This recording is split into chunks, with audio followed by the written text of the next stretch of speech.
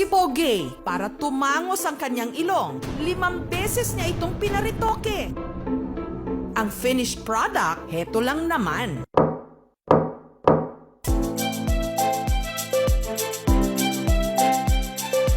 Ang kanyang nagastos, umabot ng tumataginting na mahigit kalahating milyong piso. Kung yung ilong mo talagang medyo disaster, kagaya ng ilong ko, hindi siya makukuha sa isa lang. Noon pa man daw kasi, tampulan na ng tukso ang kanyang ilong. Lagi sa akin sinasabi, pwede daw talaga salpakan ng ping-pong ball, ganun kalaki talaga. Deep inside pa rin, may sakit pa din yun kahit tropa-tropa mo yung mga nanloloko, no? Ngayon, nagkahiwalay kami nung boyfriend ko, nagkaroon ako ng depression, dinaan ko yung pag-move on ko sa stress eating. Hindi ko namamalayan, habang nag-move on ako, umabot na ako ng 235 pounds. Ang mga pinagdaanan ni Pogi